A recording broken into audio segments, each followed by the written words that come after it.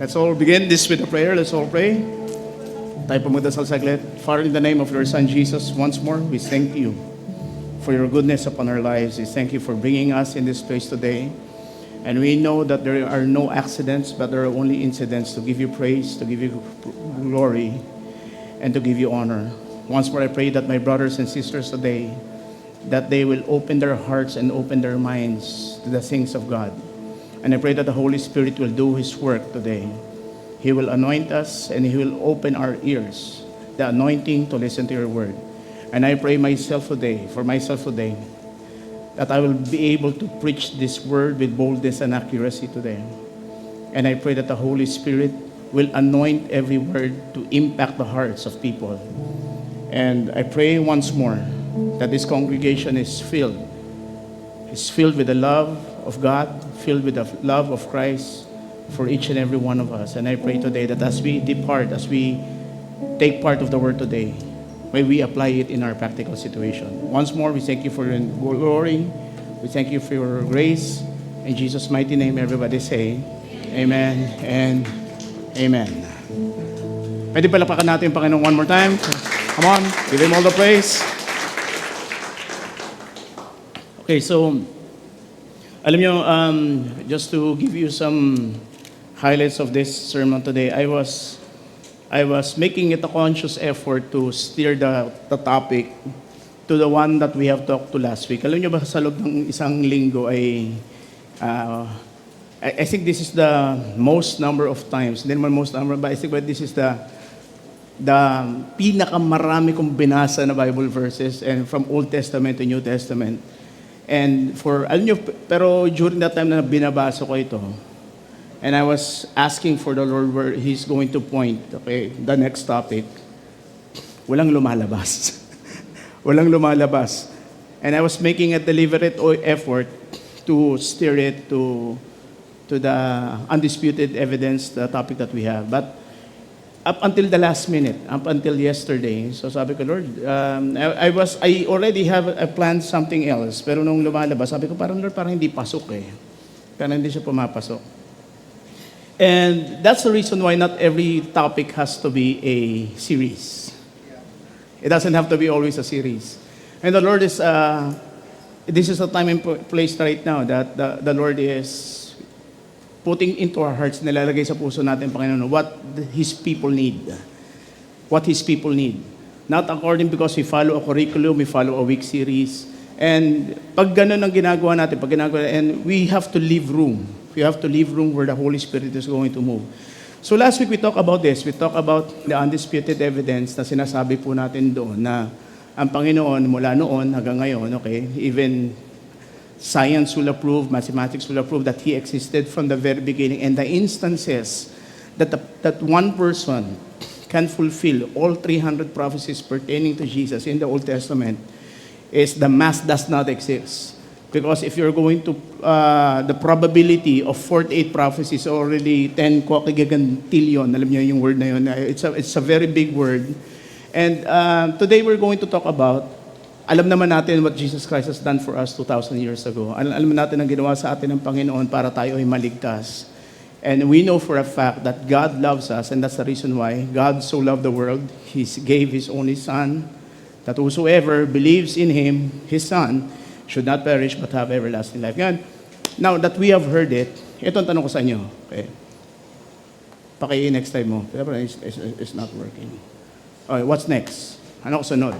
Now that we have received the Word of God, now that we have heard God's Word, now we have known the undisputed evidence, the undisputed mathematical evidence, the medical evidences, the historical evidences of who Jesus is.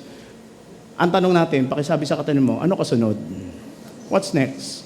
What's next? After the cross, what is next? Because, honestly, ginawa na Jesus has done it all.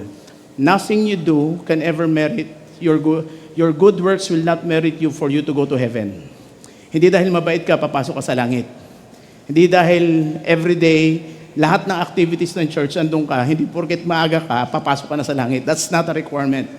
The requirement for you to be with Jesus for all eternity is none other than receiving His Son, Jesus Christ. And at the same time, Jesus said this in His word, "Why do you call me Lord, Lord, but do not do what I say?" So it is very important, the end of the day, ang gist ng Biblia ay walang iba, kundi sinasabi is what? Our total obedience to His word. Amen. So it's not just enough that you go on a Sunday, because any person can make time to go on a Sunday. Lahat ng tao, kung gugustuhin nila, pwede sila pumunta dito. Kaya kayo nandito sa lugar na ito ngayon, ito ay bunga ng desisyon dahil gusto nyo makinig ng salita ng Diyos. Pero somewhere at the back of your head, diba, may mga tao na ayaw nila magsimba kasi pagod sila from yesterday.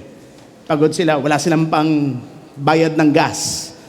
It becomes a reason now.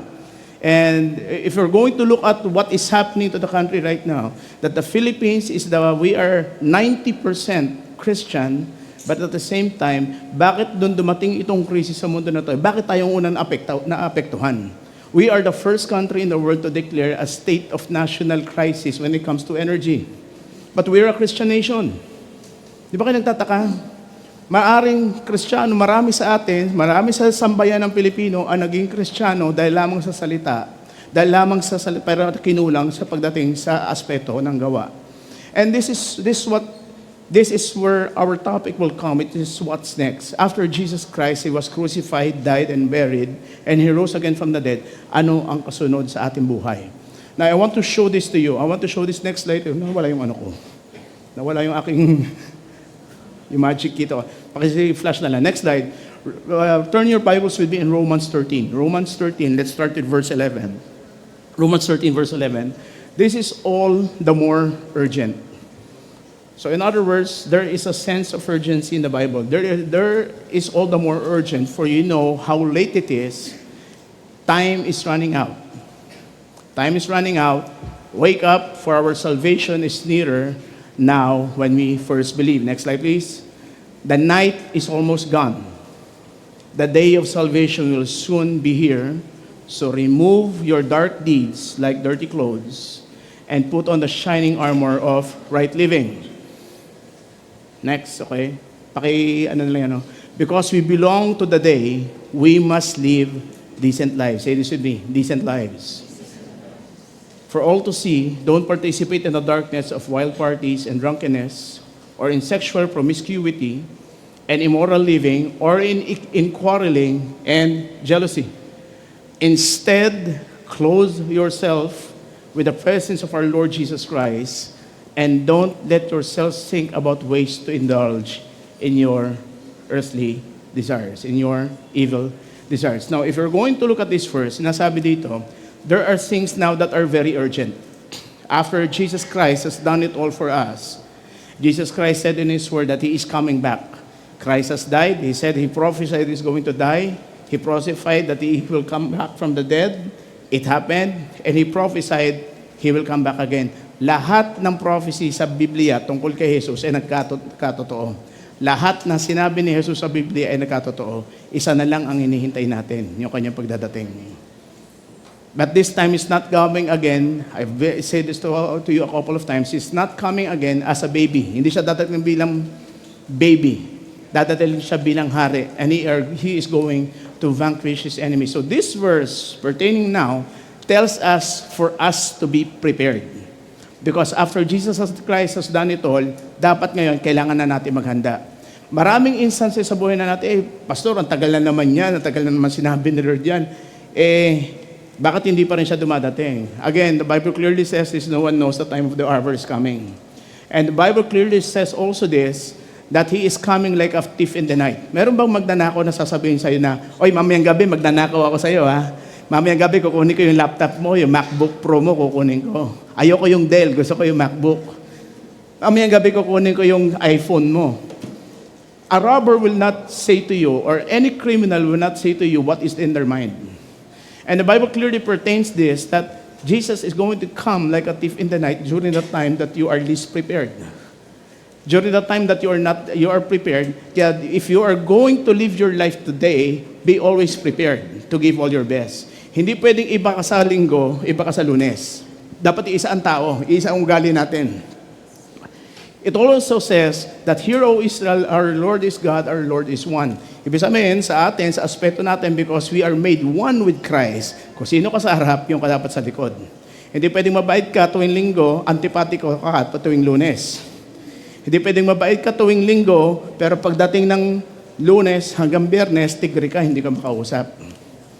And this is the time right now that we have to be careful because tandaan nyo, how many Gospels are there in the Bible? How many? Matthew, Mark, Luke, and John. But there's the fifth Gospel. That's you. That's us. We are the fifth Gospel.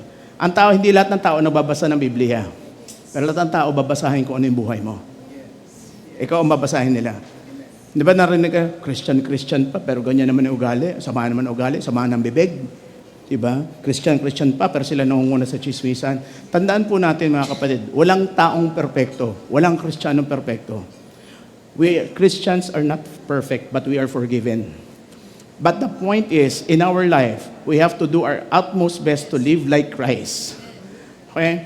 Hindi ko kayo sisitahin kung kayo ay may mga ginagawang kasalanan. That's not my job. That's the job of the Holy Spirit to convict you through the Word. And take mind of this, that what is happening in the world right now is not normal. Hindi ito normal. Do you think the gasoline prices are normal? It is not normal. Because of the rise in gasoline prices, nawawala ang mga internal combustion engines, ano pumapalit? Electric vehicles. All of a sudden, there begins to have a shift in what is happening in the world right now. And Jesus was telling this, he was always telling this in the Bible, that the signs of His coming is here already. Ang senyales sa kanyang pagbabalik ay nandito na. Now, I'm going to show this verse to you in the Bible, okay? And I will ask you if this is happening or not, okay? Matthew 24 verse 6. Sabi doon, you will hear of wars. Nangyayari? Nangyayari. Threats of wars. Nangyayari.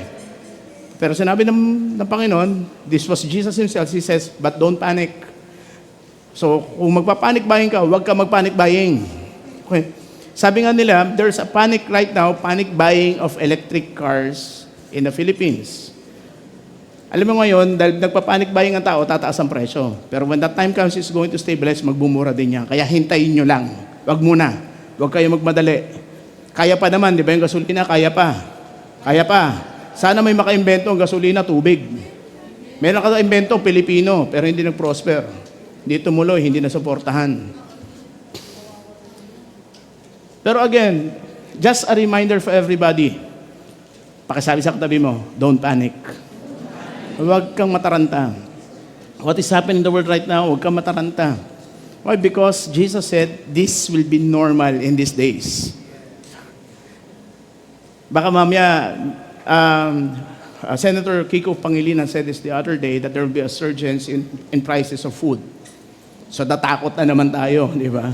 Natakot na naman tayo. Pero you know what? Again, I say this to you. Please do not panic. Because God already knows what is going on in your life. Before it happens, God already knows at hawak ka ng Panginoon sa inyong kamay. Sa kanyang kamay.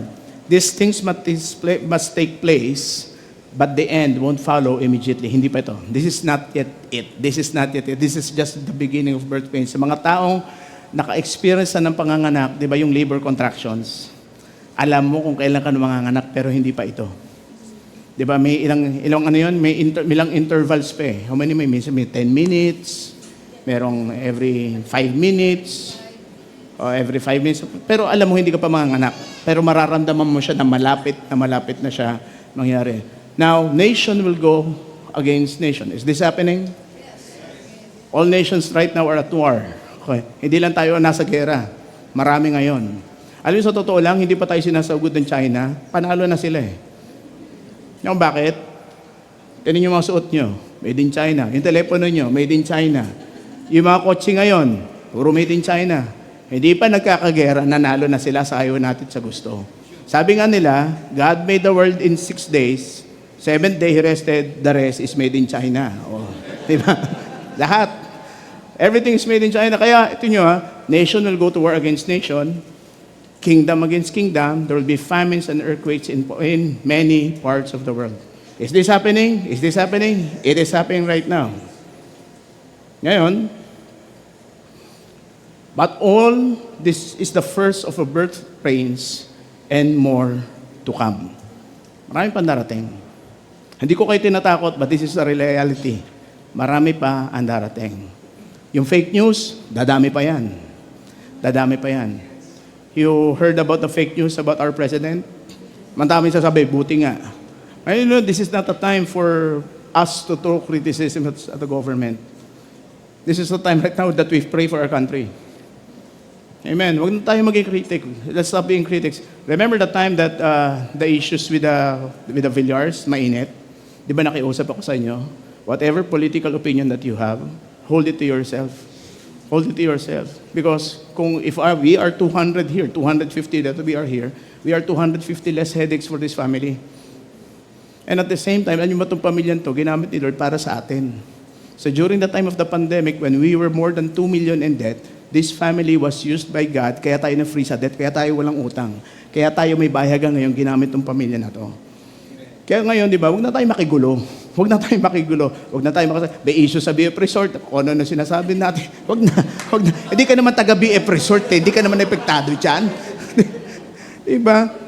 Nasa ibang subdivision ka naman, nasa Cavite ka, apektado ka sa BF Resort, you know what? It will not, say this with me, it will not help you. It will not help you. It will not be for your benefit. At yung mga right now, yung censorship about sa social media, mainit ngayon. Mainit ngayon. One time, there was this, kasama natin dito sa church, no, that they were already working in Dubai. And I was asking, oy, kamusta ka na? Sabi niya, kuya, kahapon, nataranta kami. Sabi ko, bakit? Nagtatrabaho na kasi ngayon ako sa oil field dito sa Dubai. Binomba 10 beses. Sinakay kami sa bus, nung papunta na yung bus, umatras yung bus, bumalik kasi binobomba. And sabi niya, bawal kami mag-video. We cannot take videos. Even saying these words, okay, we cannot even pronounce them online because the government is watching every move from all of us, especially Filipinos. May mga Pilipino na nakulong. Makailan lang, dahil nag-video about sa mga binobomba nangyayari. This is what is happening in the world right now. And the Bible clearly says, there is more to come. More to come. But the Bible also clearly says na mga anak ng Diyos ay puprotektahan ng Panginoon kung ano man ang mangyayari sa mundo na to. Ngayon, with all of these things, the wars, the rumors of wars, nation against nations, threats of wars, ano ang ultimate indicator that is going to come? Some of you already know this, but the ultimate indicator is none other than, and the good news will be about the kingdom of God will be preached throughout the whole world so that nations will hear it and then the end will come. Pastor, nasabi mo na naman to. I'm going to show you some statistics kung ganong katindi ngayon itong balita na to about the good news. Now, look at this. In these pictures, this is right now the map where do Christians live. Lahat ng naka-purple or light purple, yung dark purple, ito yung intensely na maraming Kristiyano. Tingnan yung Pilipinas. Intense na intense ang Pilipinas. So, medyo maliit na ng konti eh. Super purple. But according to this data, teka, nasan ba yung salamin ko? Hindi makakita. Hindi, iba to eh. Isang salamin. May isa pa ako salamin dyan eh. Ay, di bale, it's okay. Dito na lang, meron naman pala dito. The share of Christians in absolute number selection, 83% or 96.3 million of the total population of the Philippines is entirely Christian. Just imagine that. 96.3. Yung umuna sa atin, Brazil, 135 are Christian. You see, ang dami ng Kristiyano and and the mere fact niya to ha, hindi ko mabuklat yung aking pages. Okay. Now, I think some of you have TikTok. Sino ba din may TikTok? Hawak mo ang beat. Sino nagaganyan? Di ba? We have TikTok. Nakita yun ang naghawak mong beat. Kapangalan ko pa. Ian Soft Moves daw yan. Amongst you have TikTok, you have Facebook, you have Instagram. And you know, this data came out, this was a research that came out that all gospel-centered videos have surpassed 50 billion views worldwide. Gospel-centered, the total population of the world right now is at 8.6 billion. So these videos have been repeating for more than 6 times. Parang umikot siya 6 times around the globe. It did not have 8.6 billion views or 1 view per person, but it garnered a total of 50 billion views worldwide. Each month, there is an estimated 21 million who turn to the internet for answers about Christianity. This was never seen during the time of Jesus. During the time noon, sina Paul sasakay ng barko, magta-travel, maglalakad, will ride donkeys, and they will preach the gospel. This time around, it's not. It's digital. Everything is digital. Di ba marami sumikat sa digital? Marami sumikat dahil sa viral videos. 47 million people search for verses, stories, and online teachings monthly. 110,000 Christian churches are online, including us, right now. And 60 to 90-second sermon clips have 3 times more engagement than full-length sermons. This is the final indicator that He is coming again. Ito na yung mga kapatid. Ito na yun. Because clearly the Bible says in Matthew 24, the good news will be preached throughout the world. That just went throughout the world. It circled the word for 6 times. 8.6 times 6 is almost 50 million. 50 billion, so that all nations will hear it. Every person in the world right now. Kaya walang excuse ang tao na hindi nila alam ang gospel. Alam nila. They are just ignoring it. Nakita nyo? Because some say, malayo pa yan, Pastor. I beg to differ. Because according to this data, it's not. Umikot na sa buong mundo. Lahat ng tao alam na. You have no excuse. People have no excuse that they did not know the gospel. If you have TikTok, if you have Instagram, you know the biggest traffic of Facebook in the world, nasa Pilipinas. Kaya tinan nyo, pag halimbawa nagko-contest, mga Miss Universe, di ba? Ano nanalo sa mga messaging? Di ba, halimbawa, sasali yung anak ninyo sa contest. Okay, pagwapuhan ng anak, di ba? Mga kapatid, palike naman, o di ba? Ang dami. Ang dami kaagad. Kung 200 tayo, 200 kaagad. Because this is going on in the world right now. Are you following? Are you following? Nakita natin to. So anytime, He's coming. I don't know when. I don't know. It will be worldwide. When He comes again, it will be worldwide. But according to what He said in the Bible, lahat ng sinabi ng Panginoon nagkatotoo. Now, in Matthew 24, verse 37 to 39, when the Son of Man returns, it will be like Noah's day. Because nobody had an idea when the flood will come. In those days, before the flood, the people were enjoying banquets and parties, weddings, right up until the time that Noah entered his boat. So may mga parties, may mga kasalan, the world will be normal, so-called normal, when He comes back again. And people did not realize that what was going to happen until the flood came and swept them all away. That is the way it will be when the Son of Man comes. He's going to come anytime soon. Maring, habang naliligo ko, Lord, wag muna, naliligo ako eh. Kasi, diba? He's coming again anytime soon. We do not know when. But tell this to yourself, I better be ready. I better be prepared. What do we have to do? According to sa binasa natin kanina, okay, in this, the first verse, in Romans 13, verse 11, this is all the more urgent for you know how late it is, time is running out. The first thing that we have to do in our life, sa buhay natin ngayon is what? We have to wake up. As per Romans 13, binasa natin, the first call of action is for us to wake up. Kailangan mo na magising sa katotohanan. It's not a reason for you na tinamad ka. It's not a reason for you na next week pa naman. No, this is a time for you to wake up to reality. Remember that time before na nung bata-bata ka pa, di ba? Wala ka responsibility. No bills to pay, no nothing. Kain ka lang, tulog ka lang. Pag bakasyon, nasaya natin bakasyon. Pero nung tumanda ka na, wala nang bakasyon. Diba? Yung leave, magpabakasyon ka, magpapaalam ka pa. And you earn those vacations, pero papaalam ka pa kung walang conflict doon sa iba. And all of a sudden, when you begin working, all of a sudden, there are responsibilities. Di ba? Meron ng tinabayaran na internet. Maybe. Noong nagkatrabaho ka, dati nakatira ka sa bahay ng nanay mo. Noong nagkatrabaho ka bigla, anak, ikaw na magbayad ng tubig, ha? Ikaw na magbayad ng internet. Naranasan nyo ba yon? O marami mga anak dito na si mami na bahala, si daddy na bahala. You know, for the longest time, I would like to share this because for the longest time, naging ganun ako. Nag-free ride ako sa magulang ko.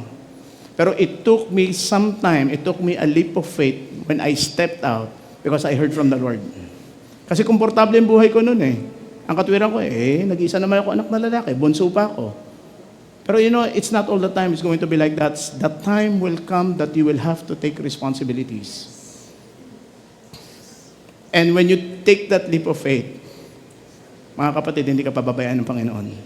Hindi ka pababayaan ng Panginoon. Everything that you need will be supplied by God. It's time for you, number one, to wake up. Yung tinatawag naman nila na adulting. Magbabayad ka na ng bills, diba? Nag-enroll ka na ng anak. Dati, naglo-load ka lang ng cellphone, kontento ka na sa prepaid. Ngayon, hindi na pwedeng prepaid. Dapat postpaid ka na. And just one story. I have my number in my Globe number. Endorse ko yung Globe, ha? My number is there since 1997. It was originally the number from my father. Prepaid yon. So, ginawa ko, nung nagkaroon na sila ng line, kinuha ko yung number yon kasi ang dali i-memorize eh. Ang dali i-memorize. From 1997 up until now, I retained that number. So, nung umpisa, prepaid yon. So, magloload ako ng 300, magloload ako ng 500. Siguro napansin ng Globe.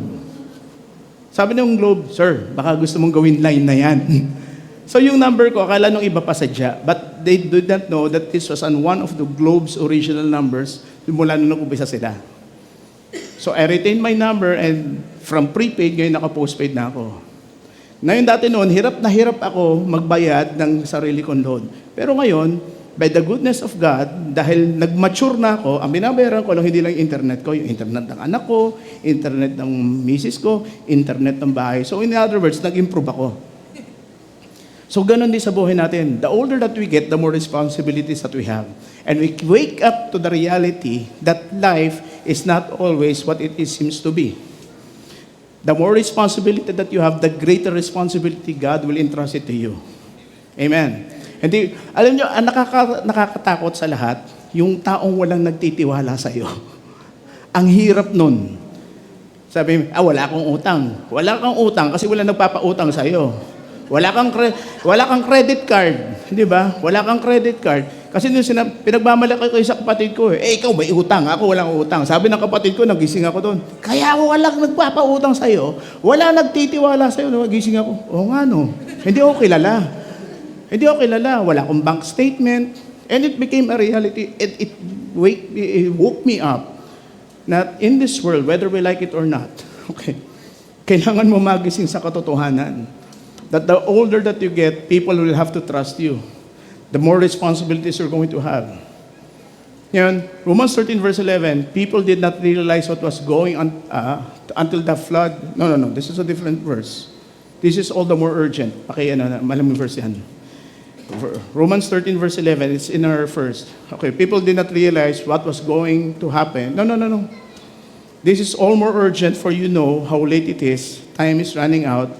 Wake up, for our salvation is nearer than when we first believed. So in other words, mga kapatid, eto na. Ito na yung realidad. Kailangan natin magising sa katotohanan. And Ephesians 5 verse 14 says, for the light makes everything visible. This is what it said, awake, O sleeper, rise from the dead, and Christ will give you light. This is a time right now that our time of darkness, baka kasi marami mga Kristiyano, alam mo yung closet Christians, Kristiyano lang tuwing linggo, pero pagdating ng Lunes hanggang Sabado, wala. Hindi mo makitaan ng liwanag. Panahon na mga kapatid para magising tayo. This time, huwag ka na magkompromiso. This time, there's no middle ground. This time, we have to wake up. Why? Because the night is almost gone. We are in that point in our life that this is already the night time. Ito na yon. The violence that we're experiencing right now, the wars that we're experiencing, the crisis that the world is experiencing right now was unheard of 20 years ago. 20 years ago, ang presyo ng diesel, 12. Ngayon, times 10. 120. Di ba nakita niyo yung mga gasolinahan? Lumampas na nga. Hindi na kaya ng digital, hindi na kasya.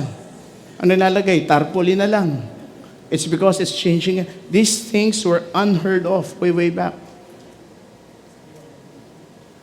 No, Jesus said this in John 9 verse 44, as long as it is day, we must do the works of Him who sent me. Night is coming when no one can work. While I am in the world, I am the light of the world. Jesus was saying this during the time that He was in the world. He was saying to His disciples na the night is coming, hindi na ako makakapunta dyan. We can no longer work. But while it is daytime, I am the light of the world. Habang andito ako, I am the light of the world. And when He said this, and this clearly shows that the light which is in Him, because and during that time, nag-work na ang darkness double time. And that's the reason why they wanted to crucify Jesus. Because they know, akala ng kampo ng kadiliman, pag namatay si Jesus sa krus, tapos na. But it was clearly, the cross was clearly the master plan of God to save all of humanity from sin. And that's the reason why para tayo ay hindi na mapunta doon sa impyerno, which was not destined for us, it was destined for the demons. Now, He rescued us from that darkness.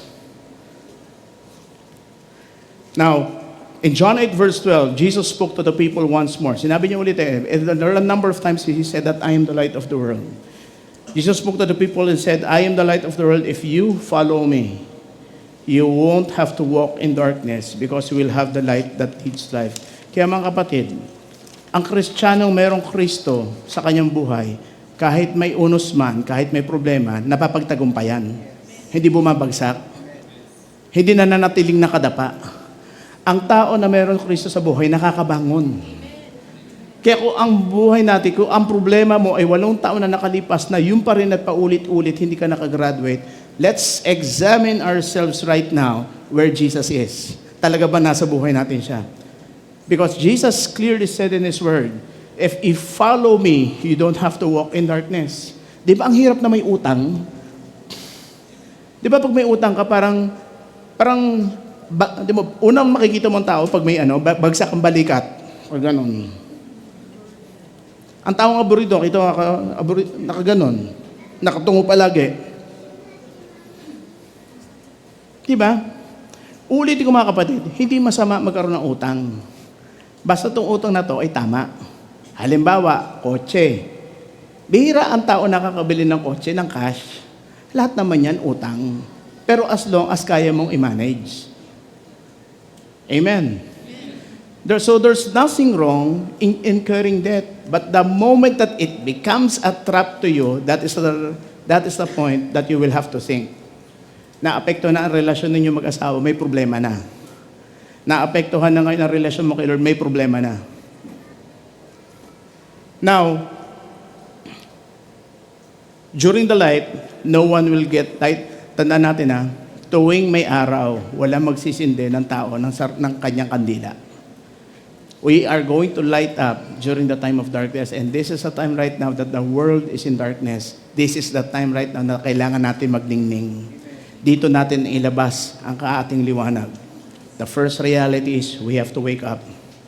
Number 2, according to Romans 13, verse 11 to 14 na binasa natin kanina, it says, remove the dark deeds. The reason why many Christians cannot get out of the trap because binaybi nila yung compromise sa kanilang buhay. We have to remove the dark deeds in our life. Romans 14, verse 12 to 13. Each of us will give a personal account to God. So let's stop condemning each other. Decide instead to live in such a way that will not cause another believer to stumble and fall. Mga kapatid, kaya sabi sa inyo, ang fifth gospel tayo ang binabasa. The moment na may lumabas sa bibig natin na hindi tama at alam nilang Kristiyano tayo, meron mga tao nalalaglag dahil sa ginagawa natin. Are you following? There are people falling off and they want to set things right with God. Pero pag nakitaan nila tayo na hindi tayo nag-witness sa Panginoon, magkakaproblema ang isang tao. And the Bible clearly says this na woe to you. Kung ikaw mismo ang nakakakos ng offense sa iba, pag merong mga taong umalis dahil sa iyo, sabi nga ng Panginoon, woe to you. Woe to you. How many times in our life na meron mga taong nasaktan dahil sa atin, sa ating mga salita? Each of us will give a personal account to God. Lahat tayo mga kapatid, lahat tayo haharap sa Panginoon of the responsibilities that we have to take. Mga bagay na sinabi natin, mga bagay na hindi natin ginawa. We have to take responsibility. Anong magandang example dyan? Ito, sa 1 John 4 verse 20. If someone says, I love God, but hates a fellow believer or hates their brother, that person is a liar. Aray. Sakang sinungaling. Mas sinabi mo, mahal mo ang Panginoon, pero kinapupuutan mo yung mga tao, mga nasa paligid mo, it says here, you're a liar. If we don't love people, if we cannot love people that we can see, how can we love God whom we cannot see?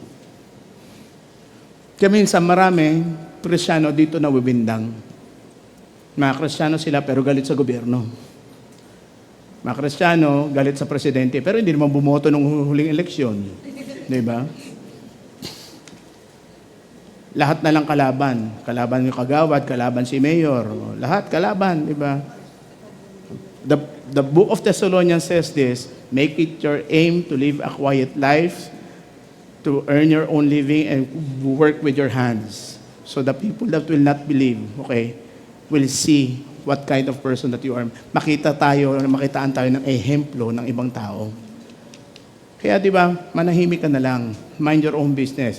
The Bible clearly also says this, di ba, na huwag mo na pakialaman yung buhay ng iba. Sa'yo na lang. Sa'yo nga lang, hindi mo pa maayos yung buhay mo, papakialaman mo pa yung iba. Hindi mo nga maayos yung problema mo sa pamilya mo, papakialaman mo yung problema ng gobyerno, hayaan mo na sa kanila yun. Amen. Amen. Okay. Romans 4 verse 7 to 9. If we don't live for ourselves or die for ourselves, if we live, it honors the Lord. And if we die, it honors the Lord. So whether we live or die, we belong to the Lord.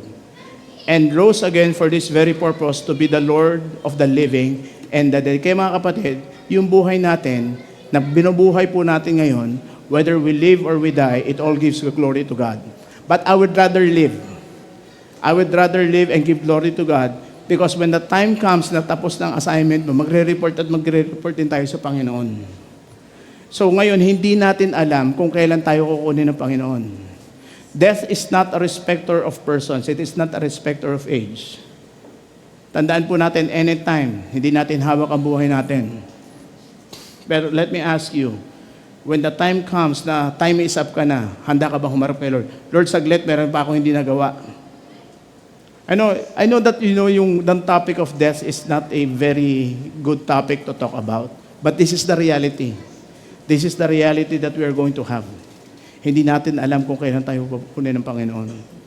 Kaya as early as now, kung ano man kompromiso meron tayo, ito yung susunod natin. Number 3, you have to stop the compromise. Remove the dark deeds, remove the compromise. Maaring wala kang dark deeds na ginagawa. Wala kang mga secret, pero maraming tao dito na fail. Meron tayong kompromiso sa mga buhay natin.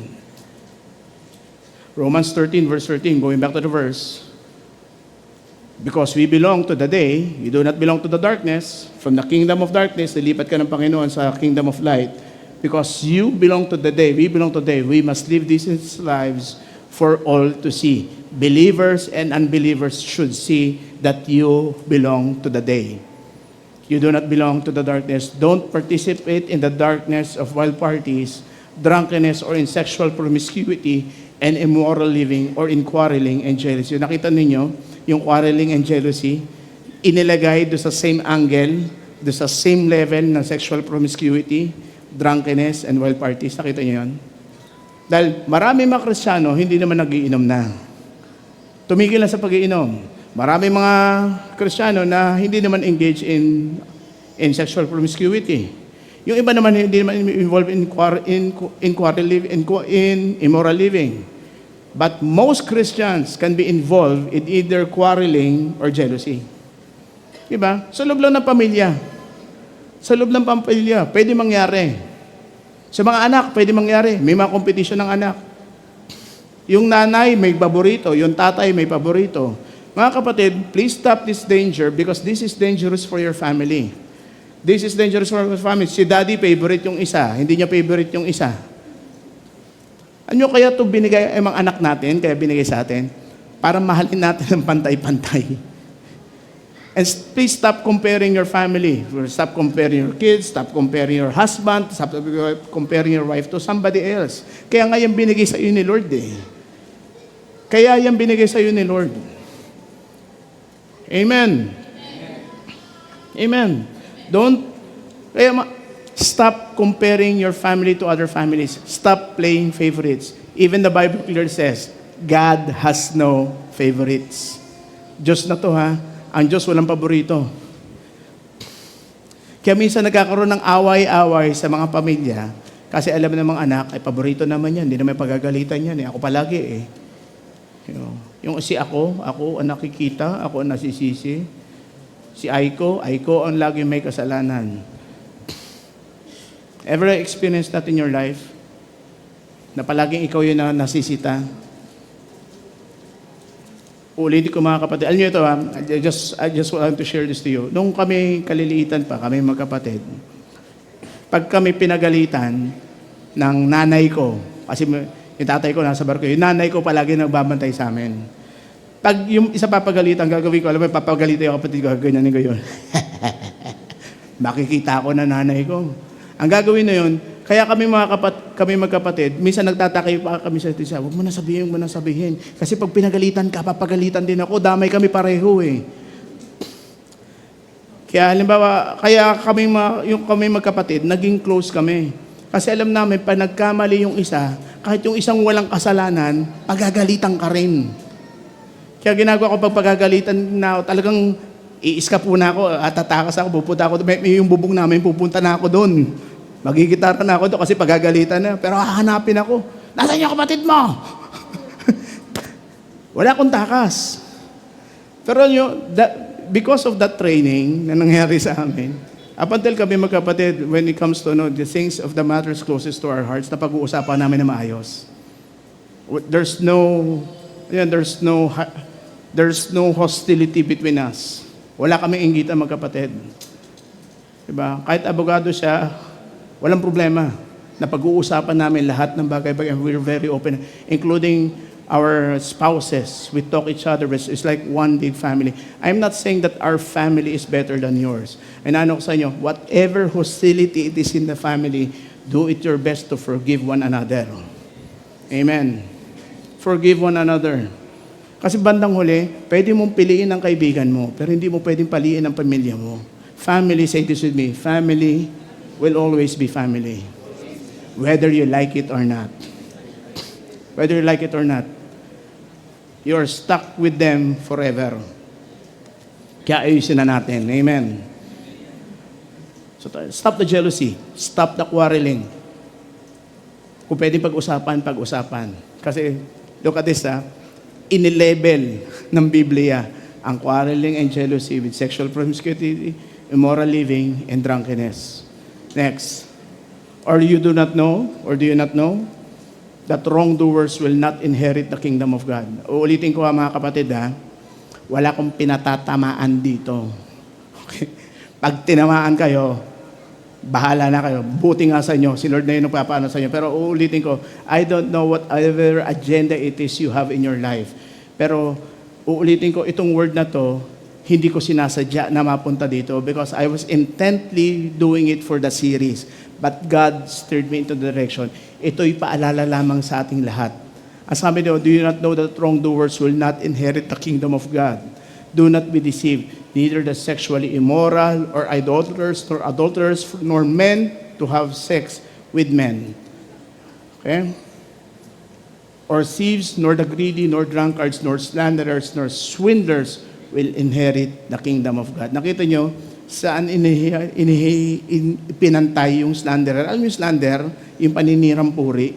Dito ipinantay.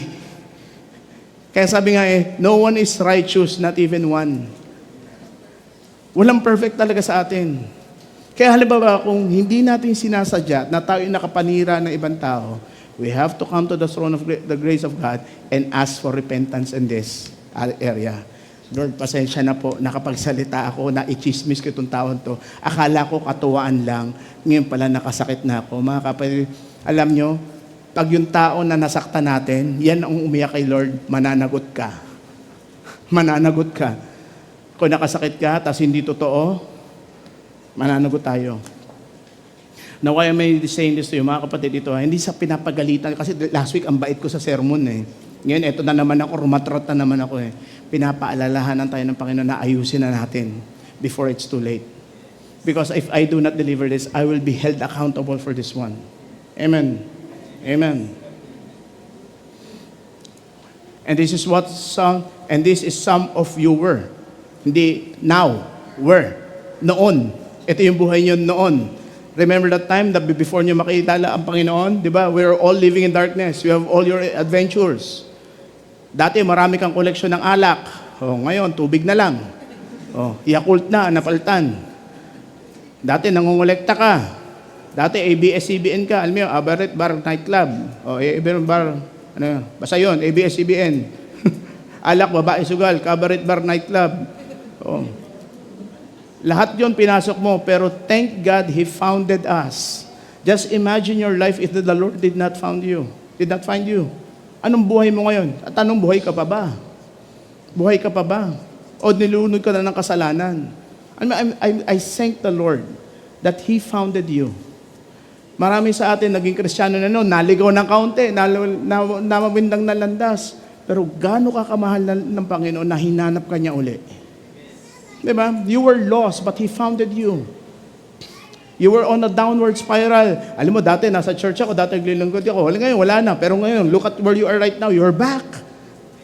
You are back. And this is not by accident. Hindi dahil pinili ka. Pinili ka ng Panginoon.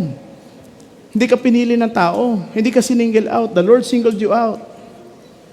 And this is what the impact of the church is. God uses the church so that the lives of people can turn back to Him. And God uses the message, the Word of God, so that people will be set right again towards Him. Ito ang pagkakataon ng mga kapatid na kasi dati na nasanay tayo sa messages na hagod, di ba? This is a time right now that we have to wake up.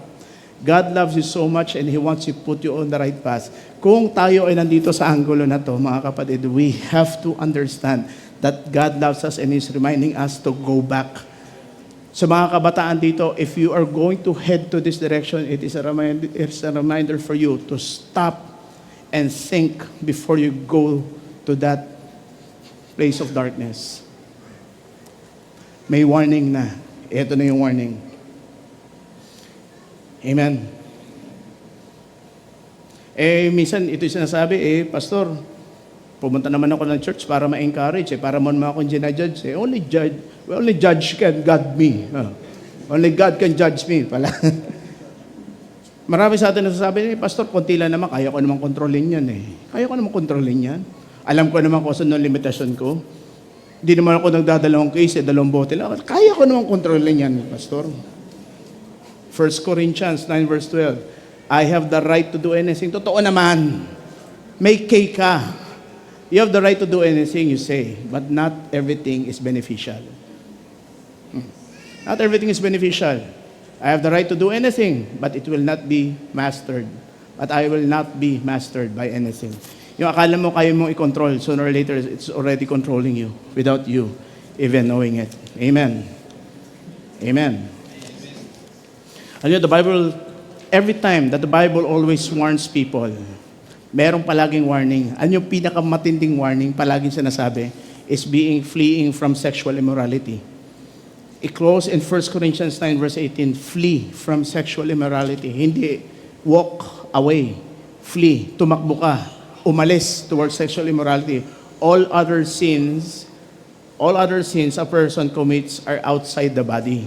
But whoever sins sexually against their own body, against their own body, do you not know that you are temples of the Holy Spirit who is in you? Okay, who is in you, whom you have received from God. You are not on your own. Mga kapatid, we were bought by a price. And the price is none other than the precious blood of Jesus that was shed 2,000 years ago. So your body, kahit sabi mo sa iyo yan, it was already bought by God. Bili na yan. So don't indulge in these sins anymore. Huwag mo nang puntahan. Huwag mo nang balikan. May warning na may sinabi na ang Panginoon sa atin. And last but not least is we have to be accountable. All our actions, tandaan po natin, for every action, there is always a reaction. We have to be accountable. Lahat ng gagawin natin, may corresponding reaction sa mundo po na ito. Instead, clothe yourselves with the presence of the Lord Jesus and don't let yourselves think about your ways to indulge in your evil desires. Okay? Do not feed the desires within you. Alam mo may problema ka sa alak. Tinitingnan mo po yung picture ng alak. There's something wrong. There's something wrong. Kaya ka nagkakaroon ng urge, it's because you keep on viewing it. Sa mga kalalakihan dito, okay, tingin na kayo ng tingin na may bikini. One action will lead to another. One action will lead to another. Alam niyo ito in our life.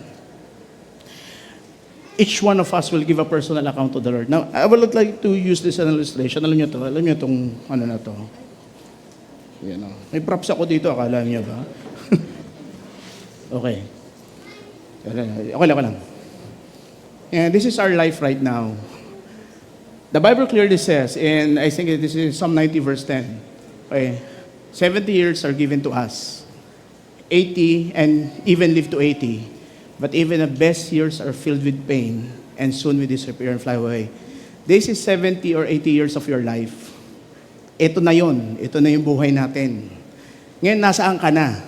Parang ididiot yun, nag-elementary ka. Dito nag-high school ka. Dito na in love ka. Na hindi mo makalimutan. Kung sino ko na love yun. Dito, yung una mong trabaho. Dito na-promote ka. Dito nag-GHM ka. O, yan na. Ngayon dito, senior citizen ka na. Malapit na. Ang lapit na, Kita nyo yan? Ito ang buhay ninyo. Now, some people concentrate their lives on the temporal.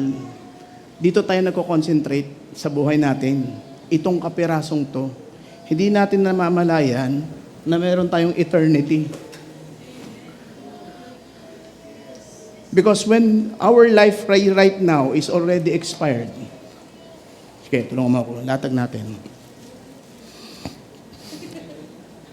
Sige, tanggalin mo na yung bowl. Some of us are making the temporal things important. Rather than living the important things, yung mga importante, pinapasawalang bahala natin. Mga kapatid, the Bible clearly says, 70 years are given to us, 80 when we are still strong. Mapalad na may aabot ng 90. Saglit na lang, konti na lang. Meron nga yung mga iba, dito pa lang naputol na Meron dito naputol pa lang. Yung iba, kung umabot ka na dito, this is only by the grace of God. Now, this eternity that we have right now, hawakan nyo na lang dito. Hawakan nyo na lang dito. Dito ka, tayo ka dito. This temporary life that we have now will affect, sige. Sige, ikot nyo hanggang doon sa likod. Ikot tayo. This temporal life right now will affect everything that we do in the life to come.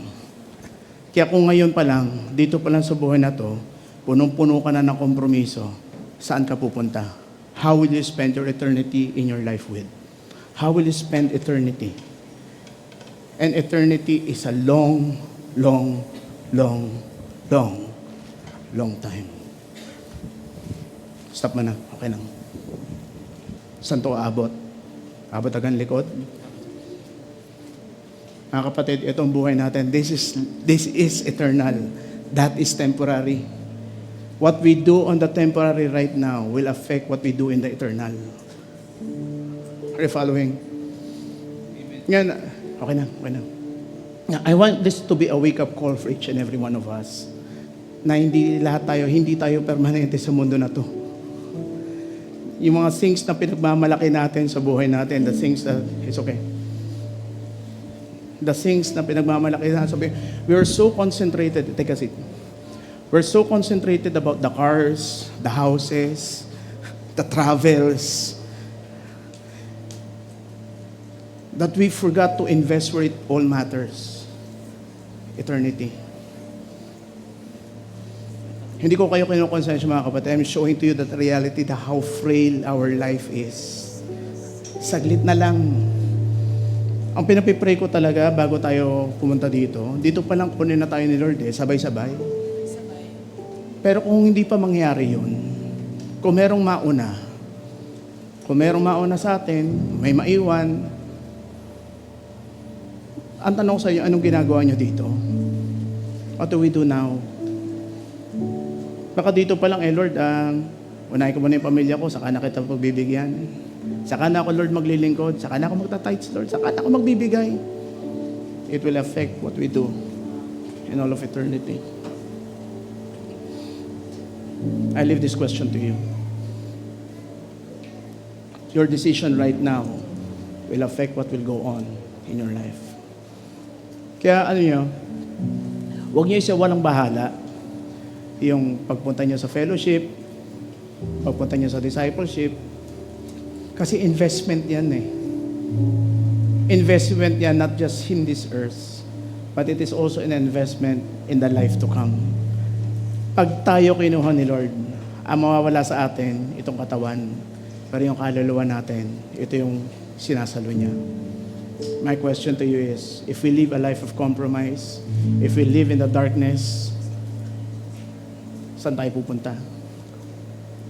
Saan tayo pupunta mga kapatid? I want you to realize that our life is too short. I'm approaching 50 this year. Kung sinabi ng Biblia na 70, 80, ang prayer ko kay Lord, umabot ako ng 100. Pero ang prayer ko, kunin tayo ni Lord sabay-sabay. Hindi sa nuclear, hindi nuclear blast. Kunin na lang tayo, the twinkling of an eye. The Bible clearly says in the twinkling of an eye, we will not all die, but we will all be transformed. Pero habang hindi pa dumadating yon, i-realize natin, what are we planning to do right now? Stop backsliding. Tama na yung pag-atras. Abante lang. Do the right thing. Because we'll never know what is in store for us. Close your eyes, bow your heads. Let's all pray. Father, in the name of your Son, Jesus, our life is too short not to give you honor, not to give you glory. I pray that this reality will wake up something inside of us. If we have procrastinated, nagbasa walang bahala, we have not followed your commands, we always say in our hearts na may bukas pa, we always have a second chance. We always procrastinate about the important things. We skip the important things of your word. And we have neglected some of your instructions. Father, right now we come to your throne of mercy and grace and we ask for forgiveness. We come to your throne of mercy that we are going to live our life according to your word. And I pray right now that my brothers and sisters, if we are in the life of compromise right now, pumasok po kami sa mga kompromiso, buhay po namin ay we have not lived the life as Jesus has commanded. As Jesus has commanded.